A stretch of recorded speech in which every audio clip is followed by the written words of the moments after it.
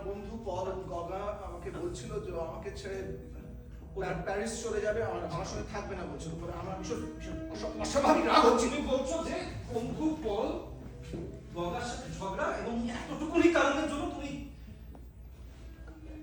আমার বিয়েটা কোনোদিন মেনে নিতে পারোনি। তোমার বিয়ের সঙ্গে আমার বিয়ের সঙ্গে সম্পর্ক আছে। আমাকে জো স্পষ্ট বলেছিল যে তুমি কোনোদিনই চাওনি যে তোমার আর আমার মাঝখানে জো আসুক। তুমি বলো এই কথা, তুমি কি ভাবছিলে যে জো চলে এলে আমার আর তোমার মাঝখানে জো চলে এলে আমাদের ভালোবাসা ভাগ হয়ে যাবে বা আমাদের রোজগার ভাগ হয়ে যাবে, তুমি একা হয়ে যাবে ভিনসেন্ট। তুমি এইগুলো আবার নতুন করে মাথার ভিতর কিছু ভাবছিলাম না। আমার রাগ হচ্ছিল, আমার অসম্ভব রাগ হচ্ছিল, ভীষণ রাগ হচ্ছিল, আমার একটা অপার্থিব অলৌকিক রাগ হচ্ছিল। এতটাই রাগ হচ্ছিল যে আমি মনে হচ্ছিল আমি একটা আগ্নেয়গিরির মুখের সামনে দাঁড়িয়ে আছি, আর আগ্নেয়গিরিটার পেটের ভেতর আমাকে একটু একটু করে কে যেন ঠেলে ঢুকিয়ে দিচ্ছে। আর আমি দেখছিলাম যে কান মাথা ঝাঁঝা করছিল, অথচ আমার খুব শীত করছিল।